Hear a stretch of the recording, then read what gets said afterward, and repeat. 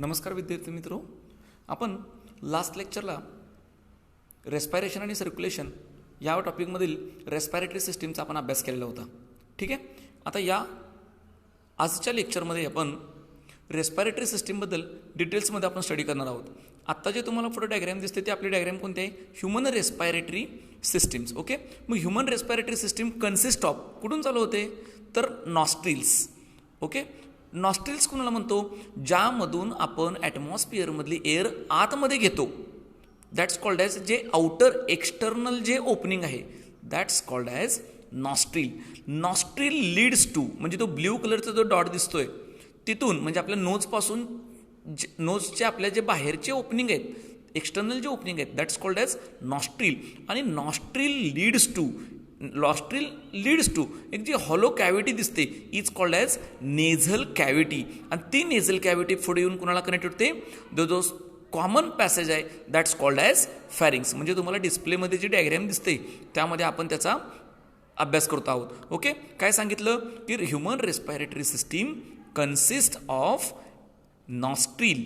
Nostril leads to nasal cavity. Nasal cavity leads to pharynx. Okay.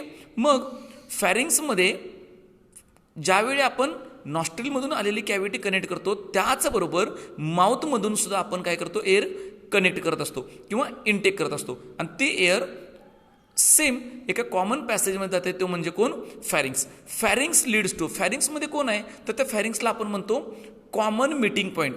कारण मग त्याला आपण म्हणतो कॉमन मीटिंग पॉईंट किंवा त्याला आपण म्हणतो ड्युएल ऑर्गन. का म्हणतो त्याला आपण ड्युएल ऑर्गन? कारण फॅरिंग्स हा जो असा पॅसेज आहे की त्या पॅसेजमध्ये डायजेस्टिव्ह सिस्टीममधला जो इसोफॅगस आहे आपण त्याला अन्ननलिका म्हणतो आणि रेस्पायरेटरी सिस्टीममधली जी वाईंड पाईप आपण त्याला ट्रकिया म्हणतो ह्या दोन्हीचं ओपनिंग हे एकाच पॅसेजमध्ये केलं जातं. म्हणून फॅरिंग्सला आपण म्हणतो common passage for respiratory system and digestive system. पण आपण रेस्पायरेटरी सिस्टीम बघत असताना आपल्याला फॅरिंग्स लीड्स टू कोण असणार आहे? वाईंड पाईप म्हणजेच कोण? ट्रकिया. ओके. त्याला श्वासनलिका आपण म्हणतो. पण फॅरिंग्स आणि ट्रकियाच्या मध्ये एक ड्रम लाईक जो पार्ट असतो दॅट्स कॉल्ड ॲज लॅरिंग्स. बघा फॅरिंगच्या वरती अप्पर मोस्ट पार्टला जो स्ट्रक्चर आहे दॅट्स कॉल्ड ॲज लॅरिंग्स. मग हा लॅरिंग्स काय करतो तर larynx is a sound producing organ. बघा लक्ष द्या इथं काय म्हणतो आपण लॅरिंग्सला? Sound producing organ. म्हणजे ज्यावेळी आपली एअर आतमध्ये येते त्यावेळी ती एअर फॅरिंग्समधून त्या ट्रकियामध्ये जाण्याच्या अगोदर ती कुणावरती पडते? लॅरिंग्सवरती पडते. आणि लॅरिंग्स जो आहे हा लॅरिंग्स ज्यावेळी एअर त्या लॅरिंग्सवरती पडते त्यावेळी लॅरिंग्स हा व्हायब्रेट होतो आणि तिथून आपला जो साऊंड प्रोड्यूस होतो तो साऊंड त्या लॅरिंग्समधून तयार होतो. म्हणून आपण लॅरिंग्सला काय म्हणतो? साऊंड प्रोड्युसिंग ऑर्गन म्हणतो. ठीक आहे. किंवा त्याला आपण व्होकल कॉर्ड असं म्हणतो. तिथून पुढं ज्यावेळी आपण ट्रकियामध्ये येतो त्यावेळी आलेली एअर त्या ट्रकियामधून कुठं जाते? आपल्या लंग्समध्ये जाते. पण लंग्समध्ये जात असताना ज्या डिवाइड होणाऱ्या ज्या ब्रँचेस आहेत दॅट्स कॉल्ड ॲज ब्रॉन्काय. ओके. आणि ह्या ज्या ब्रॉन्काय आहेत ह्या ब्रॉन्काय राईट लंग्स आणि लेफ्ट लंग्समध्ये काय होतात? डिवाइड होतात. म्हणजे ट्रकियामधून आलेली एअर ही राईट लंग्स आणि लेफ्ट लंगमध्ये पोहोचवण्याचं काम कोण करतात? ह्या ब्रॉन्काय. मग ब्रॉन्काय ज्यावेळी ह्या लंग्समध्ये डिवाइड होतात त्यावेळी त्या मेन ब्रॉन्कायला परत सम ब्रँचेस काय होतात? डेव्हलप होतात. ॲज लाईक सेम आपण 11वीमध्ये मॉर्फॉलॉजी ऑफ फ्लॉवरिंग प्लांट्स हा जो टॉपिक बघितला या टॉपिकमध्ये आपण टॅप रूट बघितलेलं होतं. आणि त्या टॅप रूटमध्ये कसं आपण बघितलं? Primary root, secondary root, tertiary root कशाच्या ब्रँचेस आहेत. ॲज लाईक सेम ह्या ब्रॉन्कायचे सुद्धा काय असतात? त्या लंग्समध्ये गेल्यावरती डिवाइड ब्रँचेस तयार होतात. त्याला म्हणतो आपण प्रायमरी ब्रॉन्काय, सेकंडरी ब्रॉन्काय, टर्शरी ब्रॉन्काय. आणि याच्या माध्यमातून एअर हे आपल्या लंग्समध्ये पोहोचवण्याचं काम केलं जातं. आणि त्यानंतर जो बघणार आहे तो आपल्या मेन रेस्पायरेटरी ऑर्गन जो बघितला जातो तो म्हणजे लंग्स. लंग्स हे हॉलो ऑर्गन्स आहेत. हॉलो म्हणजे काय रे? पोकळ, मस्क्युलर आहेत. ओके. त्याच्यामधून एअर हे आपल्या पूर्ण बॉडीला सप्लाय करण्याचं काम केलं जातं. आणि लंग्स नंतर जो एअर सॅक ज्या लहान लहान एअर सॅक असतात as like a bunch of grapes किंवा ग्रुप ऑफ ग्रेप्स. म्हणजे आपण ग्रेप्स म्हणजे काय रे, द्राक्षाचा कसा घड असतो, as like same small air bags काय असतात, कनेक्टेड असतात.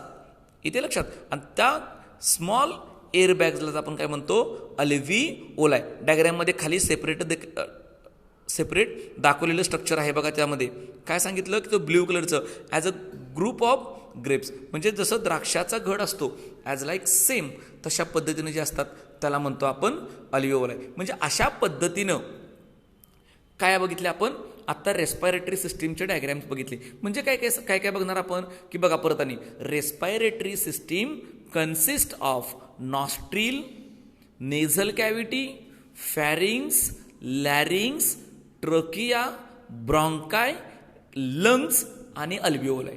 येते लक्षात. आता हा प्रश्न तुम्हाला येणाऱ्या बोर्ड परीक्षेसाठी विचारला जाऊ शकतो. आता ह्यामध्ये बघत असताना हा लॉंग क्वेश्चन आपल्याला बघावा लागेल, किंवा यामधले शॉर्ट नोटसाठी सुद्धा प्रश्न पडतात.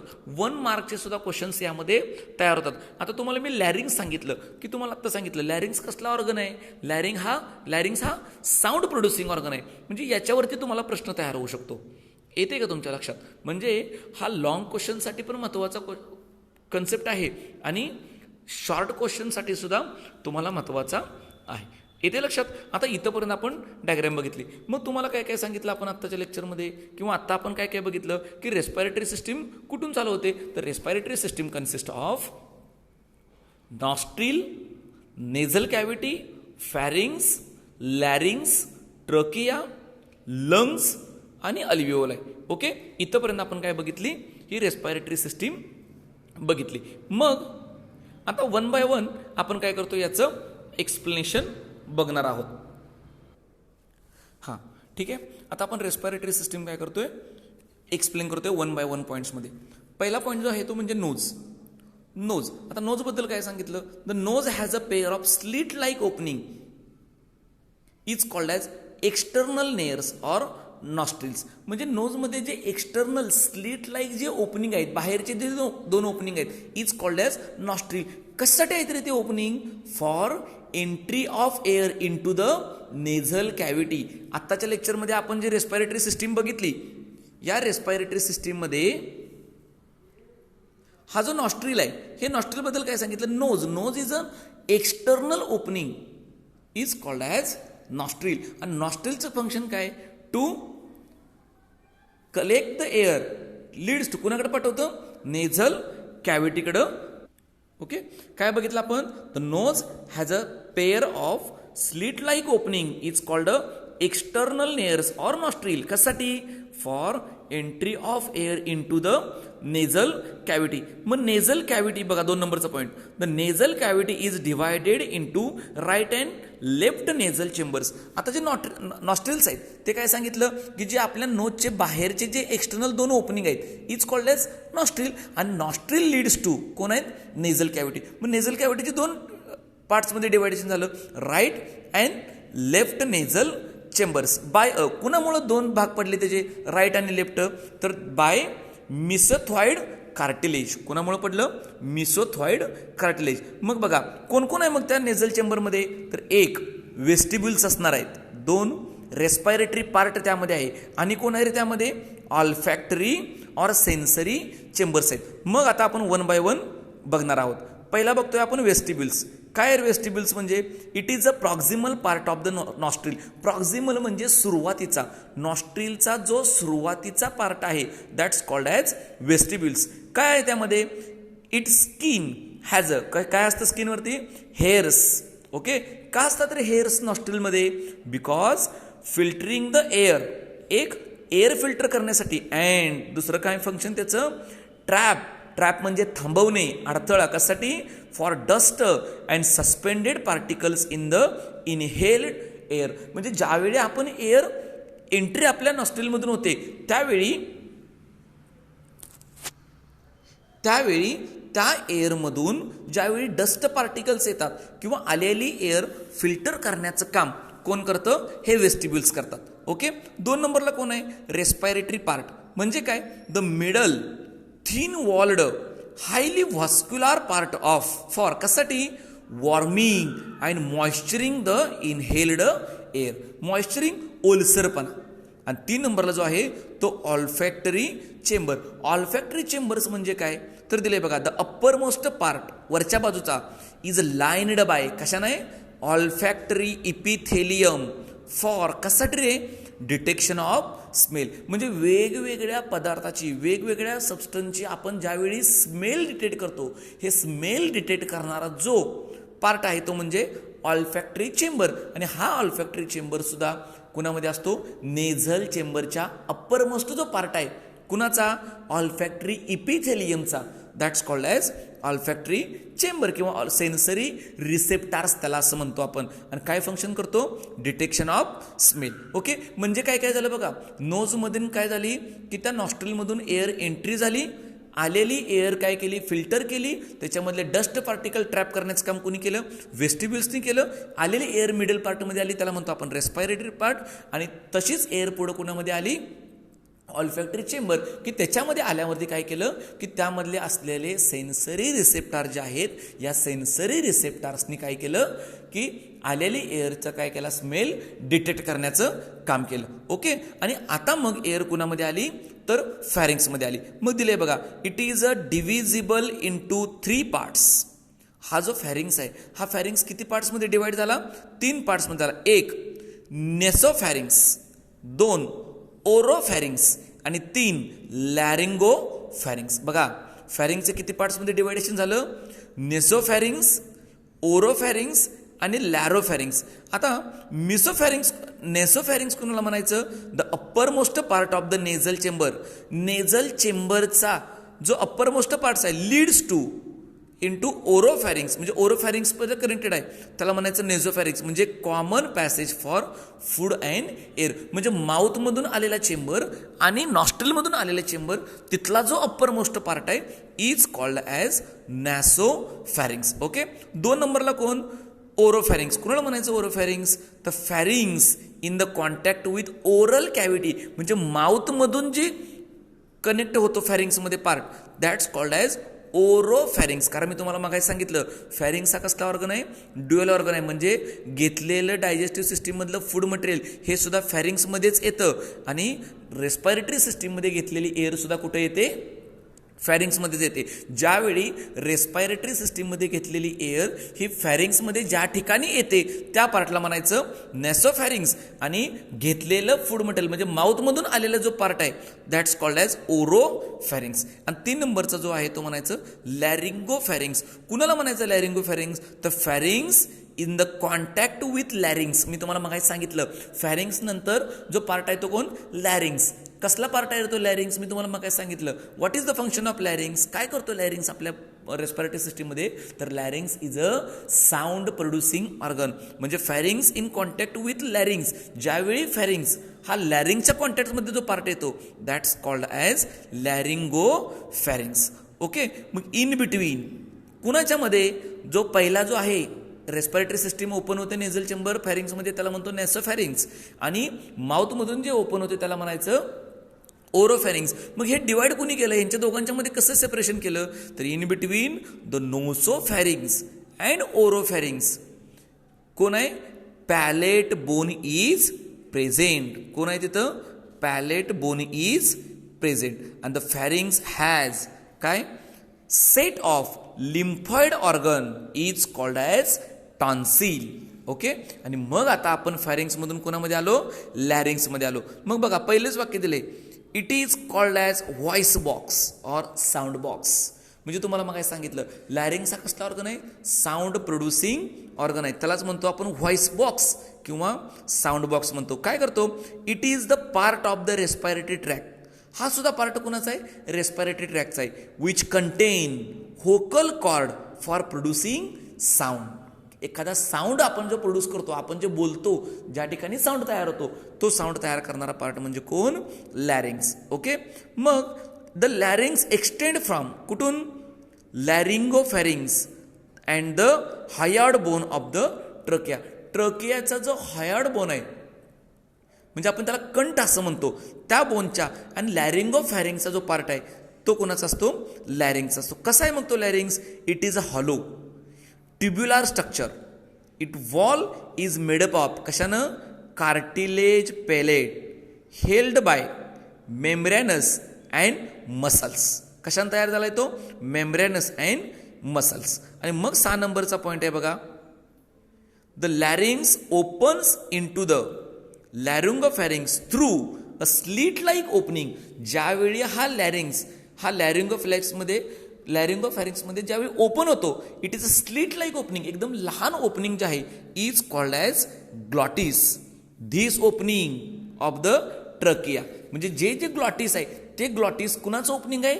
तर ट्रकियाचं ओपनिंग आहे. म्हणजे वाइंड पाईपचं जे फॅरिंग्समध्ये ओपनिंग आहे त्या ओपनिंगलाच म्हणतो आपण ग्लॉटिस. आणि glottis is guarded by leaf like flap. आणि त्याच्यावरती एक फ्लॅप म्हणजे पडदा असतो ग्लॉटिसवरती, इज कॉल्ड ॲज इपिग्लॉटिस. आता कार्य श्वासनलिकेच्या वरती पडदा असतो त्याला म्हणतो आपण इपिग्लॉटिस. का म्हणतो? तर काय फंक्शन त्या एपिग्लॉटिसचं? इट प्रिव्हेंट म्हणजे थांबवतं काय? The entry of food into trachea. बघा मी तुम्हाला मग काय सांगितलं की आपण काय बघितलं की एअर सुद्धा येते कुणामध्ये? फॅरिंग्समध्ये, बरोबर. घेतलेलं फूड मटेरियल सुद्धा कुणामध्ये येतं? फॅरिंग्समध्ये येतं. पण ते फूड मटेरियल जर आपल्या श्वासनलिकेमध्ये जर गेलं तर आपल्याला ठसका लागतो, बरोबर आहे का?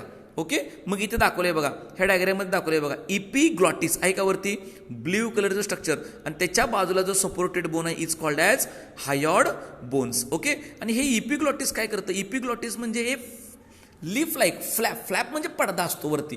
का तो पडदा असतो? ज्यावेळी एअर येते त्याच वेळी तो पडदा ओपन होतो. म्हणजे एअर कुणामध्ये गेली? ट्रकियामध्ये जाते. पण जर फूड मटेरियल जर ट्रकियामध्ये गेलं तर आपल्याला ठसका लागतो. रिव्हर्सली प्रोसेस घडत असते आपल्या बॉडीमध्ये. म्हणून ते फूड मटेरियल त्या रेस्पायरेटरी सिस्टीममध्ये म्हणजे ट्रकियामध्ये जाऊ नये म्हणून त्याला प्रिव्हेंट करण्याचा जो काम करतो इज कॉल्ड ॲज इपिग्लॉटिस. ओके. मग आता कोणामध्ये आलो आपण? ट्रकियामध्ये आलो. ट्रकिया म्हणजे कोण? Wind pipe. बघा, it is a long tube 10 to 12 centimetre in length. Long tube आहे, आपण त्याला श्वास नलिका असं म्हणतो, वाइंड पाईप म्हणतो, कारण आलेली एअर जी कलेक्ट करते त्याला म्हणतो वाइंड पाईप. किती आहे ती length? 10 to 12 centimetre in length. It runs through, कुठून जाते रे? The neck in front of the oesophagus. आपल्या मानेमधून जाते, पण इसोफॅगसच्या पुढून. इसोफॅगस म्हणजे काय सांगितलं? अन्ननलिकेच्या पुढून. अँड एक्सटेंड कुठं? Into up to the middle of thoracic cavity. आपल्या थोरॅसिक कॅव्हिटी, छातीचा जो आपला थोरॅसिक कॅव्हिटी आहे त्याच्यामधून काय होते? लिड्स पुढे जाते. इट सपोर्टेड बाय, म्हणजे ज्यावेळी ती वाइंड पाईप जाते त्यावेळी सपोर्टेड, त्या पाईपला सपोर्ट काय आहे? सी सेपड, म्हणजे सी सेपड, हाफ सेपड.